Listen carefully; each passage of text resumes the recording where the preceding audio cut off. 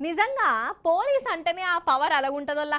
ఎంత టోళ్ళు అయినా గాని పోలీసు డ్రెస్ వేసుకున్నోళ్ళని చూస్తే మాత్రం మీదికి కనబడకున్నా లోపట్నన్నా భయపడతారు. పోలీసు డ్రెస్కున్న పవరు అసాంటిదే మరి.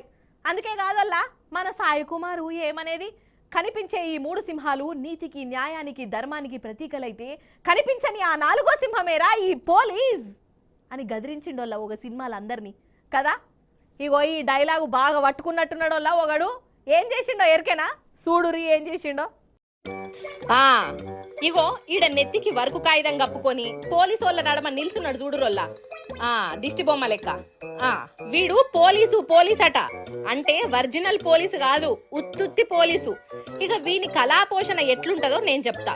వీడు వరంగలోడు. వీని మనసుకు ఏమనిపించిందో ఏం పాడో ఒక పోలీసు డ్రెస్ కొనుకొచ్చుకున్నాడు, ఐడి కార్డు తయారు చేసుకున్నాడు. నేనే పోలీసు, నా పేరే పోలీసు అనుకుంటా జనాలను ఆపి వాళ్ళ దగ్గర వీళ్ళ దగ్గర పైసలు వసూలు చేసిండట. ఇక పబ్లిక్ నమ్మేందుకు ఒక కారు కూడా ఎంబడి తెచ్చుకునేది.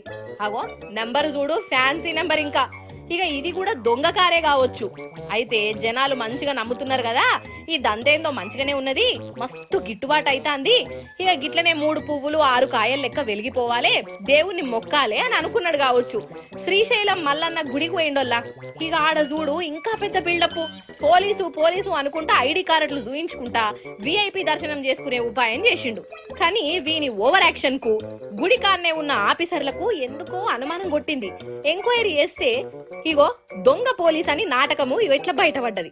వీడు చేసిన కథలు, కళాపోషణలు ఒరిజినల్ పోలీస్ సారు చెప్తాడు. 3 ముక్కలలో ఇనుండ్రి.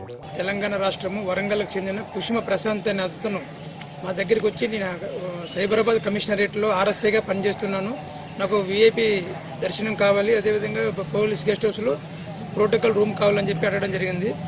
సరే పోలీస్ కదని చెప్పేసి మనం రూమ్ ఇప్పించి దర్శనం చేయడం జరిగింది. తీరా అతని ప్రవర్తన బట్టి చూస్తే అతను ఆర్ఎస్ఐ కాదని చెప్పేసి ఒక ఫేక్ పోలీస్ ఆఫీసర్ అని చెప్పి తెలియడం జరిగింది.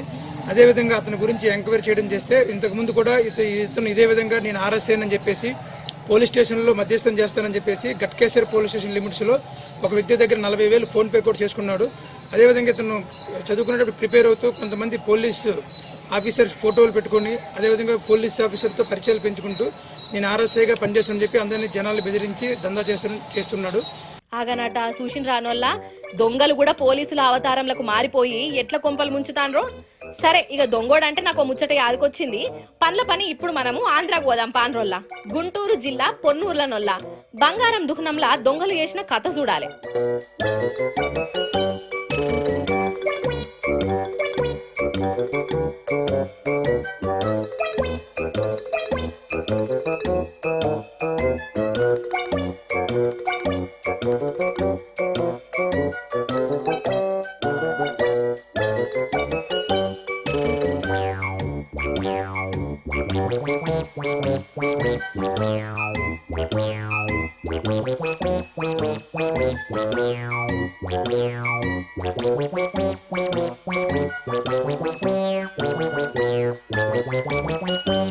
చూసిర్రా, మంచిగా షటర్ లావట్టి దుకాణంలో జొచ్చి లూటి వేసిర్రు. దగ్గర 28 లక్షల రూపాయల ఇలువగల్ల నగలెత్తుకపోయిర్రట. అన్నట్టు దొంగలంటే ఏదో ముసుగులు కప్పుకొని బండి మీద తిరుక్కుంటా చోరీలకు తెగబడతారు అని అనుకుంటాం కదా. కానీ ఈ పొన్నూరు దొంగలు మంచిగా ఫార్చునర్ కార్ల దర్జాగా వచ్చి ఆఫీసర్ల లెక్క బిల్డప్ ఇచ్చి ఇగో ఇట్లా పోతం చేసిపోతారట.